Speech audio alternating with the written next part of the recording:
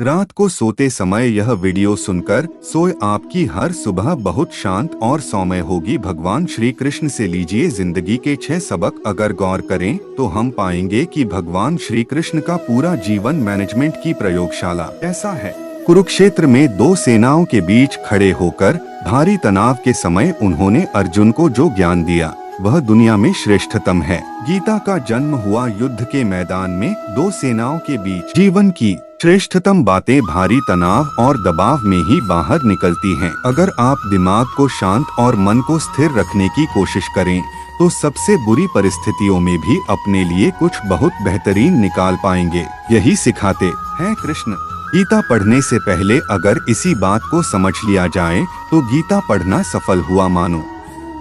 श्री कृष्ण का जीवन ऐसी ही बातों से भरा पड़ा है। जरूरत है नजरिए की। उनका जीवन आपके लिए माइथोलॉजी का एक हिस्सा मात्र भी हो सकता है और आपका पूरा जीवन बदल कर रख देने वाला ज्ञान भी।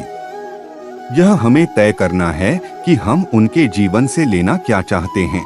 श्री कृष्ण मात्र कथाओं में पढ़े या सुने जाने वाले पात्र नहीं, वह चरित्र और व्यवहार में उतारे जाने वाले देव हैं। वह हमें सीख देते हैं कि कभी अगर आपको जीवन की स्थितियों पर रोना आए तो एक बार श्री कृष्ण की जीवनी पर नजर जरूर डाल लें। रोना बंद कर देंगे आप। श्री कृष्ण ने एक जेल में जन्म लिया था और जन्म लेने के तुरंत बाद ही उन्हें रात में ही उफनती यमुना पार कर गोकुल ले जाया गया। तीसरे दिन ही राक्षसनी पूतना उन्हें मारने आ पहुंची और यहाँ से जो संघर्ष का सिलसिला शुरू हुआ वह देह त्यागने तक बना रहा। भगवान श्री कृष्ण का जीवन कहता है आप कोई भी हो संसार में आए हैं तो जब तक जीवन है आपको संघर्ष करना ही होगा। वे चाहे श्री कृष्ण हो या पुरुषोत्तम श्री राम मानव अवतार लेकर। परमात्मा भी सांसारिक चुनौतियों से बच नहीं पाए, लेकिन श्री कृष्ण ने कभी किसी बात की शिकायत नहीं की। हर परिस्थिति को जिया और जीता। श्री कृष्ण कहते हैं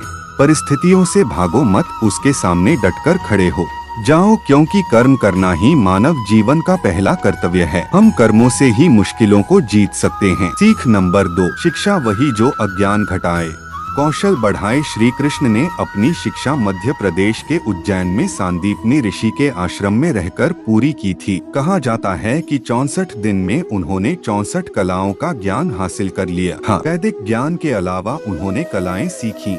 शिक्षा ऐसी ही होनी चाहिए जो हमारे व्यक्तित्व का रचनात्मक विकास करे। संगीत, नृत्य, युद्ध सहित 64 कलाएं कृष्ण के व्यक्तित्व का हिस्सा बनी। अगर आप विद्यार्थी हैं तो खुद को सिर्फ किताबी ज्ञान तक सीमित न रखें, अपने कौशल पर ध्यान दें, हर फनमौला बने। अगर आपके बच्चे स्कूल में पढ़ते हैं तो उन्हें अपने व्यक्तित्व को कौशल समृद्ध करने को प्रोत्साहित करें। उनमें कोरा ज्ञान न भरें। उनकी पढ़ाई ऐसी हो कि उनकी रचनात्मकता को नए आयाम मिले। तीसरी सीख है प्रेम बचा रहेगा शेष, रिश्तों में करें निवेश। कृष्ण ने जीवन भर कभी उन लोगों का साथ नहीं छोड़ा जिनको मन से अपना माना। अर्जुन हो, सुदामा या फिर उद्धव, श्री कृष्ण ने जिसे अपना मान लिया उसका साथ जीवन भर दिया। रिश्तों के लिए उन्होंने कई लड़ाइयाँ लड़ी और रिश्तों से ही कई लड़ाइयाँ जीती। उनके जीवन का सीधा संदेश है सांसारिक इंसान की सबसे बड़ी धरोहर रिश्ते ही हैं।